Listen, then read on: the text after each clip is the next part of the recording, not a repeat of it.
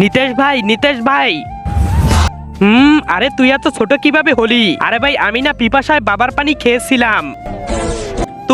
তুই আমার পানিটা খেয়ে ফেললি।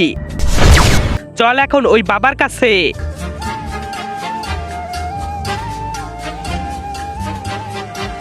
বাবা আমার বন্ধুকে বড় করে দাও। না করব না, চলে যা, নাইলে তোকেও ছোট করে দিব। বড় করব, তার জন্য তোকে সাক্ষী নদী থেকে পানি আনতে হবে। এই নদী থেকে পানি নিতে হলে তোর চোখ দিতে হবে আমাকে। আমি আমার বন্ধুকে বাঁচানোর জন্য সবকিছু করতে পারবো। ঠিক আছে, তুমি নিয়ে নাও আমার চোখ। পানি, এই নাও পানি, আর তাড়াতাড়ি আমার বন্ধুকে বড় করো।